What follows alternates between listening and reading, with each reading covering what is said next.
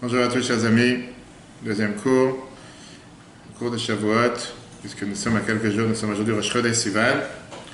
Rosh Chodesh Sivan, le Rosh Chodesh dans lequel le peuple juif entier s'est réuni à la montagne pour recevoir le don de la Torah il y a exactement cette année 3333 ans.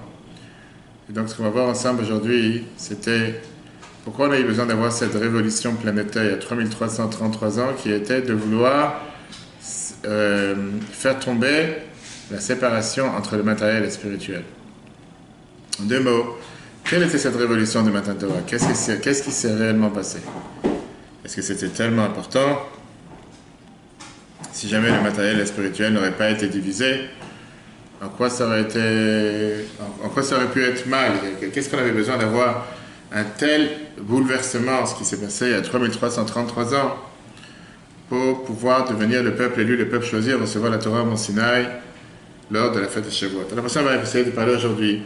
On a vu ça déjà longuement dans le cours de lundi soir, qu'on peut revoir sur l'application eTorah sur Google et Apple. Et tout à l'heure, dans le cours de midi et demi, on a parlé sur ces miracles qui apparemment paraissaient comme des miracles en vain, le fait qu'ils ont entendu ce qui était visible et ils ont vu ce qui était audible. Qu'est-ce qu'on a besoin d'avoir des miracles? On a vu ça dans le cours, on peut revoir tout à l'heure sur l'application. Aujourd'hui, on va voir c'est quoi cette fête de Shavuot, dans tous les détails. D'abord, concrètement, c'est la fête dans laquelle on a reçu la Torah au Mont Sinaï, Sivan, première année après la sortie d'Égypte. Depuis, chaque année, on fête la naissance du peuple juif, que Dieu les a choisis comme peuple élu, peuple choisi, et bien sûr, on veut dire c'est ce cours pour la sécurité de nos frères et sœurs en Israël, et partout où ils se trouvent, qu'ils soient protégés avec les miracles à chaque instant. Mais non. Ce qu'on fait, ce qu'on célèbre, c'est quoi? On se rappelle de la sortie d'Égypte qui s'est passée il y a 3333 ans. Mais c'est pas juste se rappeler, parce qu'on dit que chaque année, le jour de Shavuot, on revit encore une fois à nouveau le don de la Torah. Rééclaire encore une fois à nouveau ce qui s'est passé lors du Matan Torah. C'est pour ça qu'on dit que c'est un jour propice pour prendre sur soi des bonnes résolutions pour avancer dans la Torah et les mitzvot. Un jour propice qui ressemble au jour de Rosh Hashanah et Kippour, tel point que le Rabbi l'écrit ça dans la Yom Yom, basé sur les paroles de son beau-père la vie précédente. Que la fête de Shavuot, c'est un moment propice dans le monde d'en haut dans lequel Dieu, il secoue, ou on va dire, il panique l'accusateur du peuple juif. Comme il se passe au moment où on sonne le chauffeur à Shashana et le jour de jeûne de Kippour. Et c'est un moment propice pour tout faire pour l'étude de la Torah, et en sachant que le Satan et les forces du mal ne vont pas nous en vouloir. Parce que c'est un moment propice où, encore une fois, on revit à nouveau ce don de la Torah qui s'est passé à 3333 ans. J'ai une question. Vas-y. Parce qu'en fait, pourquoi c'est aussi Shavuot et Simchat Torah? Exactement, on va arriver après là. D'abord, une grande différence. Shavuot, c'est le jour où on est devenu le peuple élu, le peuple choisi. Simchat Torah, c'est le jour où on finit la Torah. Mais ils ont commencé quand alors? Parce que nous, on commence. Non, c'est deux choses totalement différentes. La Simchat Torah, c'est le jour où on finit la Torah, le fait qu'on a commencé au début de l'année. Une des raisons pourquoi on ne commence pas au début de l'année Rosh Hashanah. Non, on aurait dû commencer Rosh Hashanah, si tu veux dire, on aurait dû faire. Parce qu'on n'a pas voulu mélanger les différentes si fêtes. on reçoit la Torah Shavuot. Oui, on a reçu, mais c'est pas qu'on a commencé à la lire. On a commencé tout de suite. Non, Simchat Torah, c'est quand on lit les 5 paragraphes. Les 5 paragraphes, je veux dire, les 5 livres, on finit chaque fois. Deux choses. On a vu ça aussi dans l'application, on peut revoir. Maintenant, regardons un peu ce que la Gemara nous dit, ce qu'on apprend l'habitude ici dans le cours. La Gemara et le Midrash. La Gemara Psachim. La Gemara Psachim, page 68b. La Gemara, elle vient et te dit un grand débat par rapport au comportement. On a parlé de ça longuement dans le cours de lundi soir, on va revoir des autres détails aujourd'hui. Combien de temps on doit consacrer aux choses spirituelles et aux choses matérielles dans une fête? Yom Tov. La Shem et la Chem, pour Dieu et pour vous. C'est que dans les autres fêtes, il y a un débat. Combien de temps pour Dieu, en mot étude, apprendre, prière? Shavuot, la Gemara te dit qu'il faut absolument consacrer du temps pour soi-même. Ba'inan nami lachem. Qui veut dire se réjouir, manger, se reposer pour montrer qu'on est un jour heureux, un jour joyeux, le jour dans lequel Dieu a donné la Torah. Ça veut dire que Shavuot, on a un devoir particulier, plus que les autres fêtes, de marquer l'événement avec une réjouissance matérielle. Après la halakha, elle te dit qu'il y a une différence à tel point qu'on a vu, on a parlé de ça dans le cours de lundi soir, que si quelqu'un il veut faire ce qu'on appelle un ta'anit chalom, un jeûne pour un mauvais rêve, ce qui se faisait dans un certain temps, que la Torah te permet de le faire Shabbat et Yom Tov. Shavuot, on n'a pas le droit de le faire. Maintenant, analysons, qu'est-ce qui s'est passé à Shavuot? Moi, je te demande, bien sûr, on a reçu la Torah, on est devenu le peuple élu, mais qu'est-ce qui s'est passé? Qu'est-ce qu'on fait Pessah et Sukkot? Les 3 fêtes de la Torah, Pessah, Shavuot et Sukkot. Pessah, on se rappelle les miracles que Dieu a fait au peuple juif matériellement. On était sauvés d'Égypte, etc., etc. D'accord? Sauvé de l'esclavage en Égypte. Travaux forcés, Sukkot, la Torah te dit, Sukkot, Shafti de Israël, Batsi, Otam, Meret, Etzrem, je vous ai assis dans des cabanes en sortant d'Égypte. Les protections qu'on a eues dans le désert, l'ombre, les missiles qui étaient lancés des Égyptiens, etc., le soleil. Et néanmoins, on n'a pas vu qu'on devait célébrer ces fêtes essentiellement matériellement. Oui, bien sûr qu'il y a des méthodes matérielles à faire. On ne met pas l'accent sur le matériel. Arrive la fête des Shavuot, le fait qui est apparemment une fête spirituelle. Parce qu'il ne s'est rien passé matériellement, on a reçu la Torah. C'est quelque chose qui est totalement spirituel. Et néanmoins, on voit qu'on le célèbre matériellement. On doit le célébrer spécialement matériellement. Et pour ça, il faut comprendre quelle est cette nouveauté. Qu'est-ce qui s'est passé Shavuot, différent des autres fêtes? Alors regardons. D'abord, comment s'appelle la fête dans la Torah? Dans la prière, dans le Chumash, Zman Matan Toratenu, le temps du don de notre Torah. Qui veut dire, c'est presque comme si je te dis que jusqu'à ce temps-là, la Torah n'existait pas. Et en 2448, on a reçu la Torah. C'est faux. Pourquoi c'est faux? Parce que quand tu regardes la Gemara, quand tu regardes le Midrash, on voit que même avant que la Torah soit donnée en 2448, la Torah existait. Pas seulement qu'elle existait. Les patriarches, ils apprenaient la Torah. Les patriarches, ils ont fait les mitzvot qui sont écrites dans la Torah. On voit que même Adam Arishon, Noé, ils ont appris la Torah. C'est pour ça qu'on dit par exemple que quand Adam il a fait rentrer les animaux dans l'arche, il a fait rentrer les animaux cachers et les animaux non cachers. S'il n'y a pas de Torah, donc tu es au courant qu'il y a des animaux cachers et non cachers. La Gemara Yoma, page 28b, la Gemara Kiddushin, 82a. Je te dis la phrase suivante. Avraham Avinu, il a fait toute la Torah avant de la recevoir. Le Chida, Rabbi Chaim Yosef David Azoulay, qui explique que les trois patriarches, ils ont vécu ensemble pendant 15 ans et ils ont appris la Torah ensemble, Avraham, Yitzhak et Yaakov, pendant 15 heures par jour. De quelle Torah tu parles si tu dis qu'on a reçu la Torah en 2448? On est bien obligé de dire que malgré qu'ils ont appris la Torah avant qu'elle soit donnée, il y a une différence entre la Torah des patriarches et la manière comment ils ont fait les mitzvot avant Matan Torah et l'étude de la Torah et la manière comment on fait les mitzvot après qu'on a reçu la Torah. À tel point qu'on a le devoir à tel point qu'on doit fixer, et on fixe cet événement majeur comme un événement qui a eu un avant et qui a eu un après. Qui veut dire, on est en train de parler sur la fête de Shavuot, qu'on va fêter aujourd'hui le Rosh Chodesh Sivan, la question qu'on vient de demander, comment on peut dire que 2448 c'est quelque chose d'important qui s'est passé? On a reçu la Torah il y a 3333 ans, alors qu'on sait très bien que les patriarches ils ont pris la Torah. Adam, Noé, ça veut faire la distinction entre les animaux cachers et non cachers qu'il y avait dans l'arche. Donc, quelle était cette révolution planétaire qui s'est passée lors du don de la Torah il y a 3333 ans? C'est pour ça qu'on va voir aujourd'hui. Comme quoi, il y a eu deux grandes différences majeures. Une différence par rapport à la personne et l'influence dans le monde. En deux mots, par rapport à l'humain, qu'est-ce qui a changé, Shavuot, et qu'est-ce qui a changé par rapport à le monde, comment il a changé, il était différent. Maintenant, parlons d'une question générale avant de rentrer dans les détails de Shavuot. Quel est le plus important? Quelqu'un que tu lui demandes de faire quelque chose et qu'il fait, ou quelqu'un que tu lui as pas demandé et qui fait? Tu as demandé à une personne de ménage, nettoie le bureau, nettoie la... Et en même temps, elle a mis de l'eau dans la plante, je sais pas, elle a nettoyé les vitres, elle a nettoyé l'écran, tu lui as pas demandé de le faire.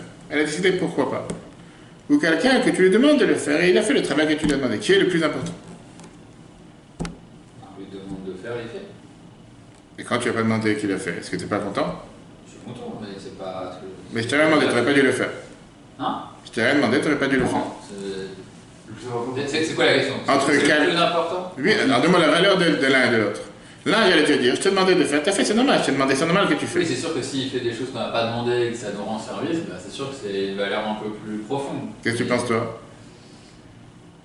C'est moi qui on s'adresse en fait. N'importe qui. Quelle différence? Quand je dis tu mets sur une balance, quelqu'un tu lui demandes de faire quelque chose et il a fait ce que tu lui as demandé. Quelqu'un que tu lui demandes et il a fait plus que qu'est-ce que tu lui as demandé. Comme je t'ai dit, tu as demandé à quelqu'un de faire le ménage, il doit faire le parterre, il doit changer la poubelle, il ne doit pas nettoyer les écrans et il ne doit pas mettre de l'eau dans la plante. Personnellement, je préfère quelqu'un qui prend des initiatives. Ouais. Sans que tu lui demandes. Ok, c'est ce qu'on va voir, d'accord? Maintenant, d'après la logique, quelqu'un que tu ne lui demandes pas de faire qu'il a fait, ça serait plus important, on va dire plus valorisant que quelqu'un qui ne l'a pas demandé. Viens à la Gemara Kiddushin, page 31, Baba Kama 38a et 87a, qui te dit la phrase suivante. Amar Rabbi Chanina, il te dit, Gadol ha-metzuvé ve'oseh yoter mi-she'einu metzuvé ve'oseh. Grand est celui que tu lui as donné l'ordre de faire et qu'il a fait, plus que celui que tu lui as pas donné et qu'il a fait. Pourquoi? Quelle est la logique derrière? Vient à Tosfot dans Kiddushin, il t'explique. Parce que celui que tu lui as donné l'ordre de faire et il a fait, il va s'assurer de faire les choses correctement parce qu'il va avoir de la peine si jamais il ne veut pas le faire. Parce que c'est son devoir, il doit le faire. Alors celui que tu lui as pas demandé de faire, c'est en plus, pas obligé de le faire. Il n'a pas fait, c'est pas la fin du monde. S'il veut, il peut le faire. S'il ne veut pas le faire. Essayons d'analyser ça déjà avant de comprendre par rapport aux mitzvot. Quand quelqu'un, tu ne lui demandes pas de faire une mitzvah, maintenant on parle par rapport à la Torah, etc., et il a fait de lui-même, il n'a pas forcément la possibilité de faire plus que qu'est-ce qu'il peut. Parce que tu ne l'as pas demandé. En 2 mots, tu ne l'as pas demandé, ça se peut qu'il ne peut pas le faire. Il a décidé de le faire de lui-même, c'est bien, mais je ne t'ai pas demandé. C'est en plus. Parce que si tu as des mitzvahs dans la Torah, mais que tu fais autre chose qui n'est pas une mitzvah, qui n'est pas référencée comme une mitzvah, bah, c'est que tu fais rien. C'est pas que tu fais rien. En fait. Si tu veux, on va rentrer dans ces débats après, parce que la réalité, elle est que dans le temps, tu es chronométré, tu n'as que 24 heures par jour. Donc si tu utilises ton temps. Tu vas créer des mitzvot supplémentaires. Tout à fait. 613, oui. Si je veux en faire, il n'y a pas de 14 ou 15, c'est pas défini comme une mitzvah. Je suis tout à fait d'accord, mais prenons une mitzvah que tu n'as pas le devoir de le faire, on va laisser plus. On va rentrer dans les détails. Oui, si je suis pas une femme qui va pas mettre les téfilines, bah, elle va pas mettre les téfilines, c'est pas du. Je suis d'accord. On va lui dire, fais d'abord ce que tu dois faire. Prends un autre exemple. Un exemple, dans une ville, tu as la délinquance. 94, 93, où tu veux. Tu dois réparer la délinquance. Tu as un comité de quartier, un comité de voisinage, peu importe, qui sont intelligents, parmi eux des scientifiques, des médecins, des éducateurs, qui décident de convoquer, de se mettre ensemble pour 1 mois pour essayer de voir quel est le problème, pourquoi il y a la délinquance dans ce quartier, qu'est-ce qui se passe, on voit des gens en bas des bâtiments, etc. Et quel est le meilleur moyen de s'en débarrasser. À la fin, ils ont plusieurs propositions. Et ils décrivent les propositions, ils te font des propositions comme on fait au gouvernement, etc. Maintenant, ils décident de remettre la paix dans ce quartier, remettre la tranquillité dans ce quartier. Mais malheureusement, ils se rendent compte avec le temps que leurs propositions ne sont pas adaptées aux besoins. C'est-à-dire que tu peux avoir des belles propositions, mais malheureusement, ce n'est pas la réalité. Le temps passe. Qu'est-ce que ça dérange? Et voilà, c'est pas des missiles qui tournent, t'inquiète. Non, mais en haut, ça fait 2 ans. Alors c'est bien, ça montre que ça marche. Ils voient qu'ils ne sont pas capables de mettre ça en fonction de ce qu'ils ont mis en place. Et pas seulement ça. Le projet qu'ils ont mis n'aide rien et les délinquances grandissent encore plus. À ce moment-là, ils vont aller voir les gens du gouvernement. Arrive la police qui est envoyée par le gouvernement dans le quartier, ils s'occupent des délinquants, et après quelques temps, le calme est revenu. D'accord? Quelque chose qui peut être courant.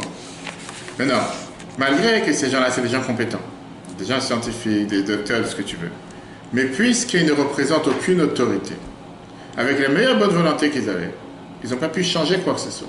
Parce que les gens face à eux, ils sont du but, qui tu es pour me dire quoi faire? Tu as une bonne volonté, mais tu ne peux rien changer. Parce que leur pouvoir, et on va dire leur autorité est limitée. Parce qu'ils n'ont pas le devoir de s'occuper de la sécurité du quartier, etc.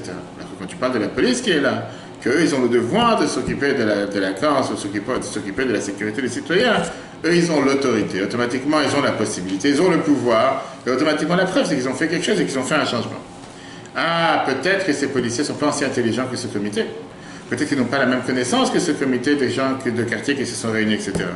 Mais la réalité, elle est que puisqu'ils ont l'autorité et le pouvoir, en 2 mots, ils ont l'ordre de le faire, c'est pour ça qu'ils sont capables de le mettre en place. On voit ici un exemple concret dans lequel quelqu'un qui a le devoir de faire quelque chose, parfois est beaucoup plus de valeur, la réalité c'est qu'il réussit plus, que celui qui n'a pas le devoir de le faire. Il a bien la bonne volonté, il n'a pas le devoir de le faire, il ne peut pas le changer.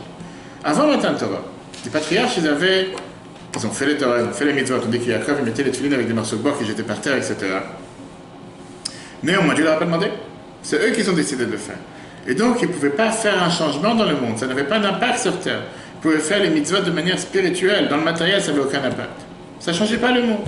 C'est comme quelqu'un qui va dire qu'il est déconnecté de la réalité. Mais dès que tu rentres dans la réalité, il n'y a pas d'impact sur ce qu'il peut faire.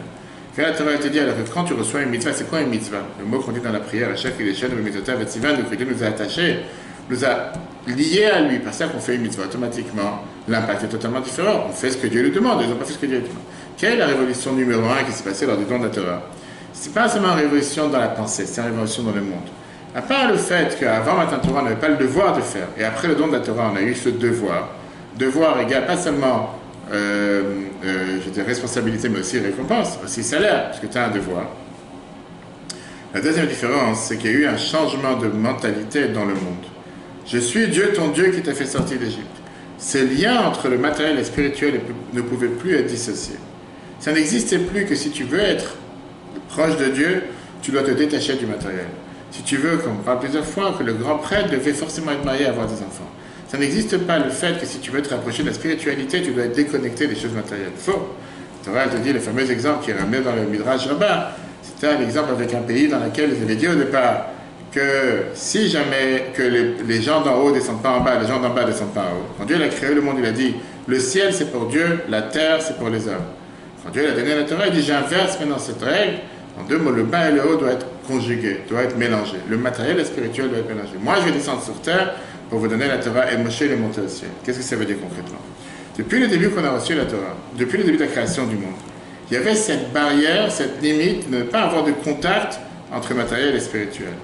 Et ça ne donnait pas la possibilité à l'homme de pouvoir faire pénétrer le spirituel dans les choses matérielles, d'élever des choses matérielles. Le matériel, c'était matériel, le spirituel, c'est spirituel. Tu veux faire une mitzvah, déconnecté du matériel. Tu ne peux pas faire une mitzvah avec du matériel. Tu ne peux pas prendre une peau de vache et mettre sur ta porte et penser que le mitzvah t'a mis une sécurité. Tu ne peux pas prendre une bougie, faire dessus une bénédiction et avec ça faire rentrer Shabbat. Hein? Spirituel, c'est spirituel, matériel, c'est matériel. Les patriarches ont fait la Torah et les mitzvot, mais ils l'ont fait de manière spirituelle, pas de manière matérielle. Oui, la circoncision, oublie la circoncision. Parmi tous les autres mitzvot qu'ils ont fait, c'était des choses qui étaient spirituelles, déconnectées du matériel. Et donc, la matière n'a pas changé. Le matériel ne changeait pas. Le matériel restait aussi bas, aussi grossier. Il n'a eu aucun impact de ce qui se passait dans le monde spirituel de la divinité. Dire que c'est pas bien ce qu'ils ont fait. Bien sûr que c'est bien ce qu'ils ont fait. Sauf que ça n'a rien à voir avec les méthodes qu'on fait parce que Dieu nous a demandé. D'ailleurs, la raison pour qu'on fait la circoncision. On ne la fait pas parce qu'Abraham, il l'a fait à 99 ans. On ne la fait pas parce qu'Abraham, il a circoncis son fils Yitzhak à 8 jours. On l'a fait parce que Dieu, il a écrit dans la Torah, dans la Parashat Azariah, qu'on a le devoir de faire la circoncision à 8 jours. C'est pour ça qu'on le fait. Pas parce qu'Abraham, il l'a fait. Abraham, c'était différent. Il a fait une mitzvah. Mais ce n'était pas une mitzvah qui était actée dans les choses matérielles. Maintenant, on comprend la chose qu'on a vue au départ. Pourquoi cette fête des Shavuot, c'est une fête qui doit être faite matériellement, se réjouir matériellement, manger, boire plus que les autres fêtes. Parce que toute la nouveauté de Matan Torah, c'est que Dieu n'attend pas de nous de faire les mitzvot spirituellement. Dieu ne veut pas qu'on fasse les choses de manière déconnectée de la réalité. Non, en étant un être humain, un homme, une femme, matérielle, terrestre, limitée, c'est de cette manière qu'on doit faire la Torah et les mitzvot. D'ailleurs, le fameux débat qui est ramené dans la Gemara Shabbat, page 88b, avec Moshe et les anges. Quand Dieu a voulu donner la Torah au peuple juif, les anges étaient devant, le Moshe était devant les anges. Qu'est-ce qui s'est passé? Les anges, ils ont dit à Dieu, tout ce qui est cher, tout ce qui est un trésor, tout ce qui est précieux à tes yeux, tu veux la donner à des gens en chair et en os. Donne ta gloire sur les anges qui sont dans le ciel. Nous, les humains, n'ont rien à faire avec la Torah. La Torah, c'est un cadeau de Dieu. C'est pas pour les êtres humains. Qu'est-ce que ça veut dire? Jusqu'à ce qu'on a reçu la Torah pouvait être avec les êtres humains? Non, parce qu'ils étaient déconnectés du matériel, c'était spirituel. Quelle était la réponse que Moshe a donnée aux anges? Qu'est-ce qu'il leur a dit? Qu'est-ce qui est écrit dans la Torah? Premier dit commandement. Tu respecteras ton père et ta mère. Vous avez un père et une mère? Tu ne voleras pas. Vous avez du commerce. Tu ne violeras pas. Tu ne commettras pas d'adultère. Vous avez des rapports avec des femmes. Moshe leur a montré que votre vision des choses, comment vous regardez sur la Torah, elle est déconnectée de la réalité. La Torah, par définition, elle est faite pour agir matériellement. Tu ne peux pas respecter la Torah et les mitzvot en étant enfermé dans une cave ou dans une grotte et faire la Torah spirituellement. Il y a quoi de plus matériel à Shavuot que les autres fêtes? D'abord, il n'y a rien de spirituel. Quand tu fais Sukkot, la Soukha, c'est matériel. Quand tu fais Pessah, le Pessah. Oui. On a dit tout à l'heure, le fait que tu ne peux pas gêner un jeûne pour un mauvais rêve, alors que dans les autres fêtes, tu peux oui gêner. Non, au contraire, on te dit que dans les autres fêtes, si tu te sens mal à l'aise, que tu as eu un mauvais rêve et tu voudrais jeûner, tu peux jeûner. Al-Marik, c'est Yom Tov. Alors que chez toi, tu n'as pas le droit de jeûner même si tu as envie. Tu es obligé de manger. Dans les autres fêtes, tu dois mettre l'accent sur Dieu et tes besoins à toi. Mais si tu veux te consacrer toute ta journée à la prière et l'étude, pourquoi pas? Chez toi, tu n'as pas le droit. Tu dois manger quelque chose de matériel. Une des raisons pourquoi on mange le plat lacté. Il n'y a pas de mitzvah particulière. Non, il n'y a pas de seder. Mais une des choses pourquoi on mange le plat lacté, par exemple, Shavuot, ce n'est pas une mitzvah de la Torah, une coutume. Pourquoi? Pour te montrer qu'on veut faire la différence entre la viande et le lait. Qu'on a reçu aujourd'hui cette mitzvah. Ça même que tu as reçu la mitzvah aujourd'hui de faire manger kasher, tu ne veux pas manger kasher spirituellement. Manger kasher, c'est en montrant que tu manges tel élément et pas tel aliment. Tu manges la viande, tu sépares du lait. Et c'est la raison pour laquelle on fait cette séparation de Shavuot.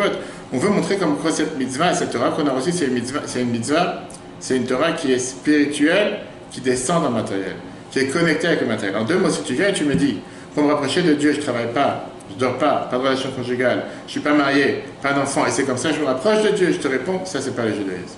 Ça c'est pas la Torah. Le judaïsme, c'est justement d'avoir affaire avec des choses matérielles et les élever vers le spirituel. Que la spiritualité descend dans le matériel. Alors c'est vrai que parfois une personne peut se dire je ne ressens pas ce besoin. Oui, c'est comme la vie. La vie, tu ne ressens pas le besoin non plus. Tu ne ressens pas. On disait toujours que quelqu'un il ressent son cœur, son dos, sa main quand c'est quelque chose qui fait mal. Quand tout va bien, tu ne ressens pas. C'est seulement quand il y a un souci que tu commences à ressentir. Et alors, ça veut dire que quand tu n'as pas ressenti, ils n'existent pas. Bien sûr qu'ils existent. Mais au final, seulement quand il y a un souci, seulement quand il y a un problème, tu ressens. Ce qui veut dire, la Torah elle te dit que même si tu ne ressens pas ce besoin, même si quelqu'un dit je peux vivre sans ça, je peux vivre sans faire la Torah et le mitzvot. Quelqu'un peut dire ce qu'il veut. Mais la manière comment Dieu attend de chacun d'entre nous, c'est de faire en sorte que le matériel ne soit pas dissocié du spirituel. Que oui, dans le bureau, comme on fait chaque semaine, on apprend une heure de Torah. Dans la voiture, on fait un psaume. Shabbat, on fait rentrer avec un kiddush. Que la matzah, Pessah, on mange de la galette. C'est pas juste que tu racontes l'histoire. Raconter l'histoire, c'est spirituel. Manger quelque chose de matériel. Ça, c'est point numéro 1. Qu'est-ce qui s'est passé quand on a reçu la Torah? La Torah te dit qu'au moment où on a reçu la Torah, il y a eu... Au moment où on a reçu la Torah, les malades, ils ont guéri. Il n'y a pas un oiseau qui a crié. Il n'y a pas un animal qui a crié. C'était d'une manière que le monde entier s'est arrêté pour recevoir les 10 commandements. Et ça, c'était quelque chose qui était particulier. On te dit qu'il n'y avait pas d'écho. Alors que le monde entier entendait la voix de Dieu, il n'y avait pas d'écho. Pourquoi? Parce que le monde entier a compris que Dieu cherche à faire cette révolution. Le but pourquoi Dieu a créé le monde, c'est pour avoir une résidence dans ce monde ici-bas. Pas pour rester dans les mondes d'en haut. On a vu ça il y a quelques semaines avec les enfants d'Aaron. Qu'est-ce qui s'est passé? Pourquoi ils sont décédés quand ils sont entrés dans le temple en amenant un sacrifice? Parce qu'ils ont pensé que le but, qu'est-ce que Dieu attend de nous, c'est de séparer du corps, se détacher du matériel. Et le but même de Matan Torah, c'est pas de se détacher du matériel. C'est tout en faisant ce qu'on fait dans la vie de tous les jours, manger, dormir, travailler, l'élever vers la spiritualité. Pas déconnecter, comme certains disaient, certains peuvent dire parfois, la synagogue, c'est la religion. Le travail, je ne mélange pas la religion avec le travail. Je ne mélange pas la prière au travail. Non! La Torah, elle est contre. La Torah te dit que la seule manière de pouvoir faire en sorte que Dieu réside dans ce monde, c'est que le matériel et le spirituel soient liés ensemble. Ça, c'est la spécialité de Shavuot. Et depuis ces 3333 ans, depuis ce qui s'est passé à l'époque, c'était pas seulement quelque chose qui s'est passé à l'époque qui est déconnecté d'aujourd'hui. On doit le revivre chaque année. Chaque année, cette fête de Shavuot, on apprend sur soi ces résolutions en se disant comment je transforme mon matériel quotidien en spirituel. Comment je fais en sorte que quelque chose qui peut paraître déconnecté, la Torah vient te dire, j'attends pas de toi d'être un ange. Et je veux pas que tu sois un ange. Je veux que tu sois quelqu'un de matériel, un être humain, comme je t'ai créé. Prendre un morceau de parchemin qui est un morceau de peau de vache, faire avec ça les tefilines et mezuzot. Prendre n'importe quel objet matériel, le transformer en spirituel. Même si on ne voit pas les spirituels, parce qu'on ne voit pas qu'ils n'existent pas. Prendre ton corps, les choses les plus bas, les plus terrestres, et transformer pour la divinité. Et c'est comme ça qu'on fait descendre la divinité sur terre. Qu'est-ce qui s'est passé dans le temple? On a amené un sacrifice. Tu dis que, mis à part le fait que tu devais amener un sacrifice et faire mettre le feu d'en bas, il y avait le feu qui descendait du ciel. C'est ça un des miracles qui se passait dans le temple. Dieu a besoin de ce sacrifice. Dieu a besoin de cet animal que tu vas amener pour amener. Dieu n'a pas besoin de tout ça. L'idée, c'était que la personne donne ce sacrifice lui-même. De prendre ce qui est ses valeurs matérielles, son énergie, ses efforts, son argent, peu importe ce qu'il a de matériel, et la consacrer pour Dieu. L'enseignement majeur qu'on apprend de Shavuot et ce qui va se passer comme Mashiach va venir, on dit que Mashiach va venir, on sera capable de voir avec nos yeux comment n'importe quelle chose matérielle, il y a une parole de Dieu qui le fait vivre. Parce que Dieu a créé le monde avec la parole, et c'est à travers ces paroles que la table elle existe, que la chaise elle existe, que tout existe. Aujourd'hui on ne le voit pas, aujourd'hui on voit les choses matérielles telles qu'elles sont. On pense qu'elles sont déconnectées du spirituel. Comme Mashiach va venir, on verra comment le matériel vit de manière indissociable du spirituel. Donc, plusieurs fois quand on parle de la médecine, aujourd'hui on fait tout type de transfusion, tout type de greffe. Tu ne veux pas faire une greffe de la vie. La vie c'est spirituel. Tu peux monter et descendre, la vie tu ne peux pas la transfuser d'un corps à un autre corps. Et ça c'est une des choses comment Dieu il a fait en sorte qu'on doit comprendre que de la même manière qu'on nourrit son corps, on doit nourrir son âme. Tu ne veux pas nourrir ton corps d'une manière que penser à manger 3 fois par jour, faire du sport, dormir. Mais mon âme, c'est pas grave, c'est à la fin. De la même manière que tu nourris ton corps, tu dois nourrir ton âme. Comment on nourrit notre âme? C'est ça qu'on fait la Torah et les mitzvot. Pas déconnecté du matériel, avec le matériel. Pourquoi la chaîne va faire en sorte que ça soit toujours la même question, hein, mais si tu dis que c'est lié les deux et que l'un est aussi important que l'autre, c'est beaucoup plus facile d'assouvir le matériel que le spirituel. Dire la fin, on a faim. Pourquoi il a pas fait en sorte? Pourquoi le spirituel est plus dur? Pourquoi il y a plus de sarava autour du spirituel que du matériel? Très bonne question. Deux réponses. Première réponse, la Torah te dit plus quelque chose il est élevé, plus quelque chose est bien, plus il y a des empêchements. Plus quelque chose est neutre, plus il n'y a pas d'empêchement. Donc c'est moins grave de ne pas manger que de faire le... C'est pas que c'est moins grave, parce que si quelqu'un ne mange pas, il ne va pas pouvoir vivre. Il a besoin d'avoir les deux. Sauf, comme tu dis, on ne ressent pas forcément le manque par rapport à la neshama, mais on ressent plus par rapport au corps. Quelqu'un qui n'a pas mangé 3 jours, il a faim. Quelqu'un qui n'a pas mis les tefilines 3 jours, pas forcément qu'il sent qu'il a un manque, mais de l'autre côté, ça vient d'abord par l'étude, ça vient d'abord par la compréhension. De l'autre côté, quelqu'un qui comprend qu'il peut nourrir. Aujourd'hui, de plus en plus, la médecine le dit. Tu peux avoir quelqu'un qui peut avoir l'air de son corps. On a vu ça malheureusement avec les soldats la semaine dernière, quand j'étais avec les soldats Picot d'Arrêt, on avait plusieurs enfants trisomiques ou autistes. Combien de personnes que de l'extérieur, ils ont l'air 100% parfaits? Matériellement, c'est quoi quand quelqu'un a un problème psychique? C'est spirituel, c'est pas matériel. Il lui manque pas un membre. Quand il y a une neurone dans le cerveau, il lui manque pas un bras, il lui manque pas un cœur, il lui manque pas un poumon.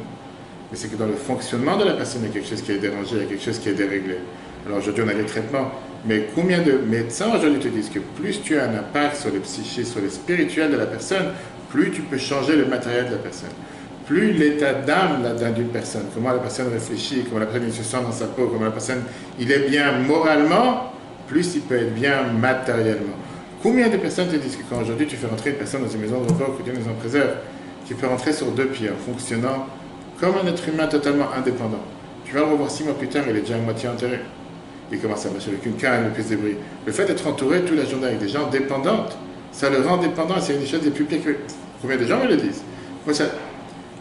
Tu vois qu'aujourd'hui, on vit dans un monde où même la médecine reconnaît que le bien-être spirituel, alors ils n'appellent pas ça spirituel, le bien-être psychique d'une personne a un impact sur le matériel d'une personne.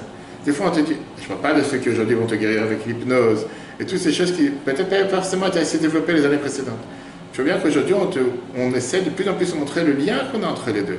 Et plus quelqu'un il est bien dans sa tête, plus quelqu'un il est bien dans son corps, plus quelqu'un il est calme, il est tranquille. Pourquoi tu dis qu'aujourd'hui, la première maladie du siècle, c'est le stress? Le stress, c'est pas une maladie, tu ne veux pas le toucher. C'est pas quelqu'un qui a perdu un bras ou un pied. C'est spirituel. C'est pas quelque chose de matériel. Mais on te dit que c'est quelque chose qui détruit la personne de l'intérieur. Alors, comme je t'ai dit tout à l'heure, la personne peut avoir l'air totalement parfaite de l'extérieur. Mais quelqu'un qui est ou nerveux, ou stressé, ou anxieux, ou angoissé. On parle maintenant avec les missiles qui tombent en Israël ces jours-ci, avec ce qui s'est passé depuis Méron.